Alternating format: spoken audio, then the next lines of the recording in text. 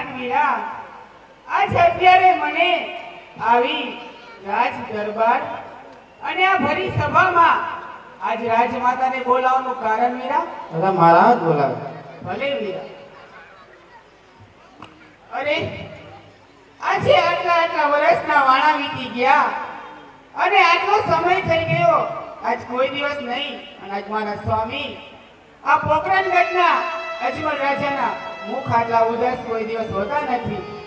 પછી આજથી મારા સ્વામી આવી નગરની ચર્ચા કરવા ગયા છે અને જ્યાંથી પાછા આવ્યા છે તેમના મુખ આટલા ઉદાસ કેમ છે?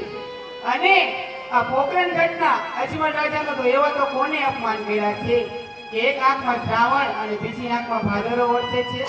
તો લાવ આજ મારા સ્વામીના દુઃખની વાત પૂછી દો કે આજે સતી રે એ આવીને રાજના ચરણે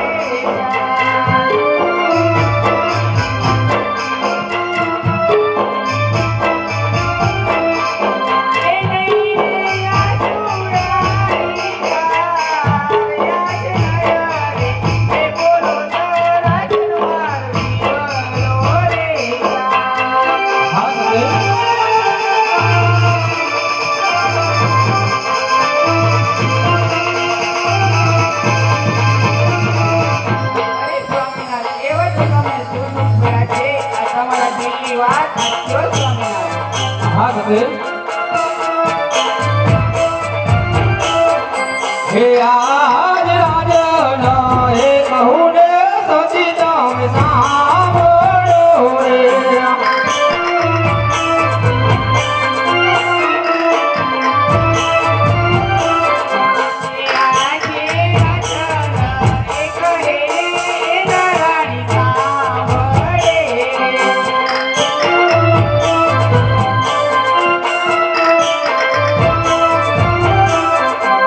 કરું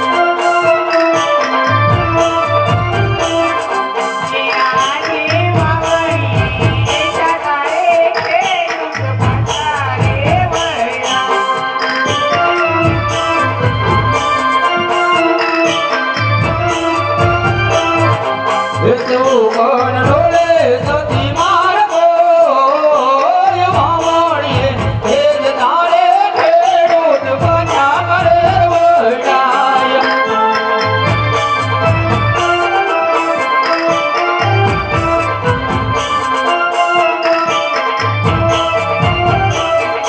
એ આપણા સુગનનો દેતો વાણી સકાળે ખેડૂત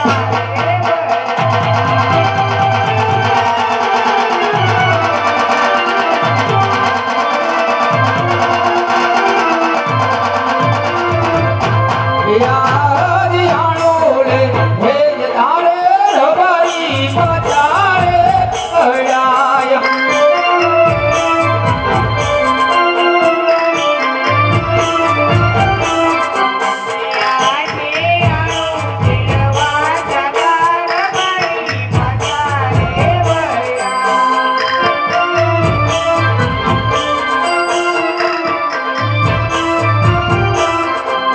આપણા સુકલ નારે કોઈ આણોલે ભેજ તારે રબારી પચારે અડાય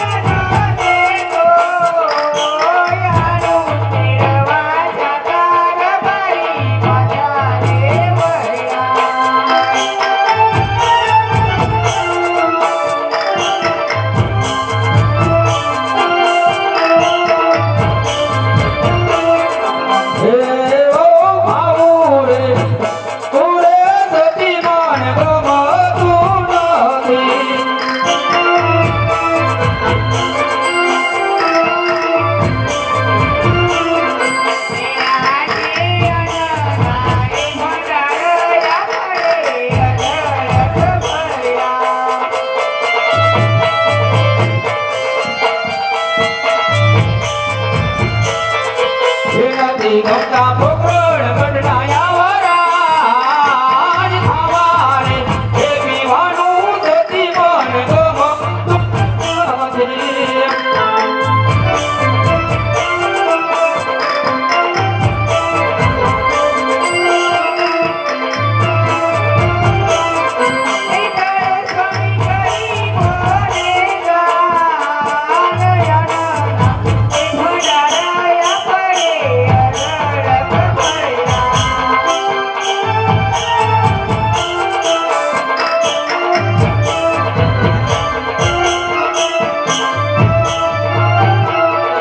યાદ જીવવા હે કરતા રે મરવું મને પ્યારું રે લાગે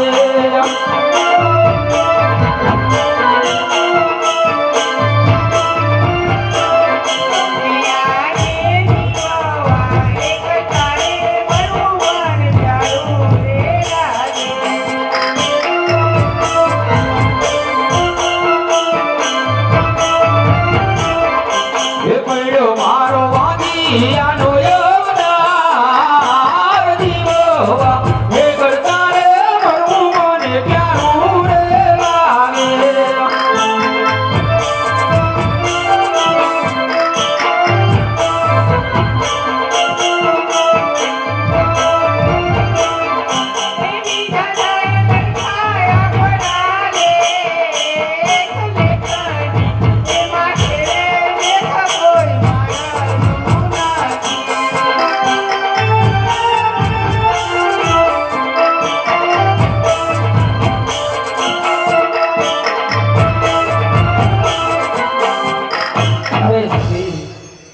આપણે તો રહે તો આપણને ડગલે ને પગલે મેણા બોલે છે સતી અરે અજમલ રજા તમે તો ભેટના વાંચ્યા છો અરે સતી જો આપ મને રજા આપો તો મારી પર શિવના ચરણે જાઉં છું સતી અરે સ્વામીનાથ આ તમે શું વાત કરો છો રાજન અરે તમે જરા વિચાર તો કરો કે આજ આપણી જ રૈયત કઈ રીતે મેળા બોલી શકે મારા નાથ આવી ગાંધી ઘેલી શા માટે વાત કરો છો રાજન આજ હું તમને બે શબ્દ કહું અને બે શબ્દ તમે કાન દઈને સાંભળો અને પછી કહેજો મારા નાથ કે આપણે હા સતી કઈ રીતે વાંચ્યા કહેવાય.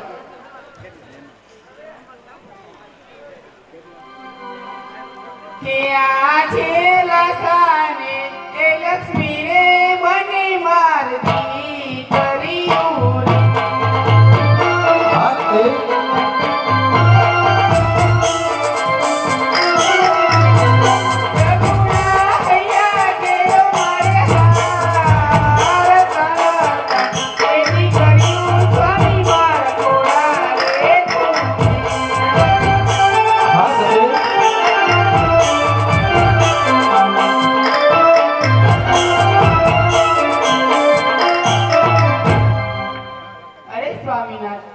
આપણે આંગણે આજે સાત સાતમાં જગદંબાનો અવતાર કહેવાય એવી જોગમાયા જેવી બેન લાતા લક્ષ્મી અને ત્રીજી આપણી દીકરી સગુણા આમ કાંતન દીકરીઓ આપણે આંગણે રમે છે સ્વામીનાથ.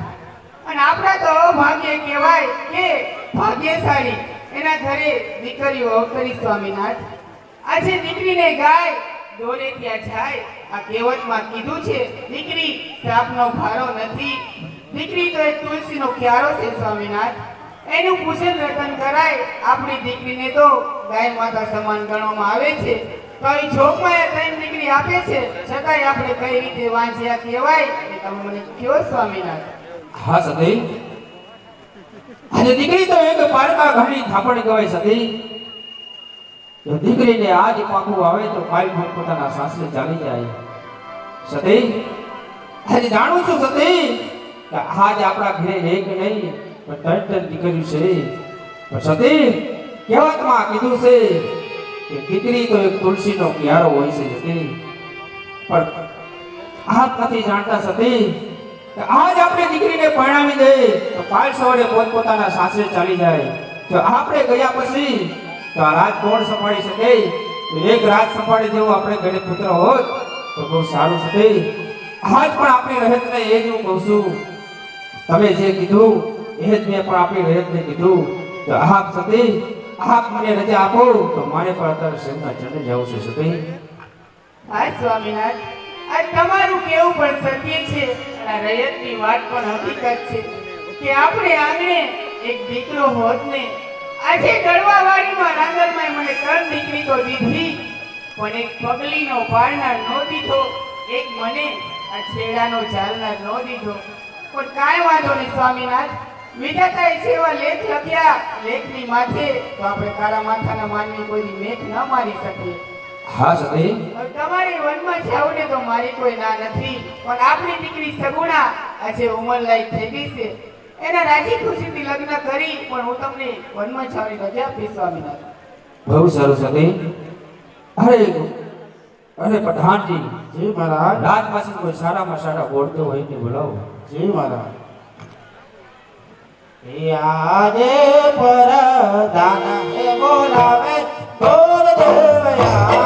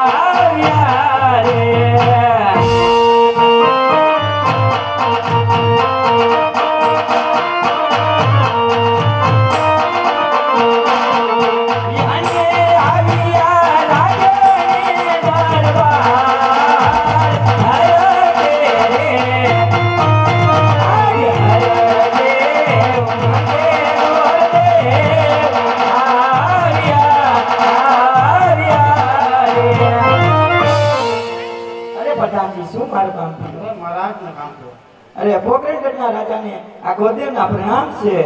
અરે હા ગુરુદેવ. અરે ગુરુદેવ, એટલે કામ તો એટલા જ પડ્યા છે.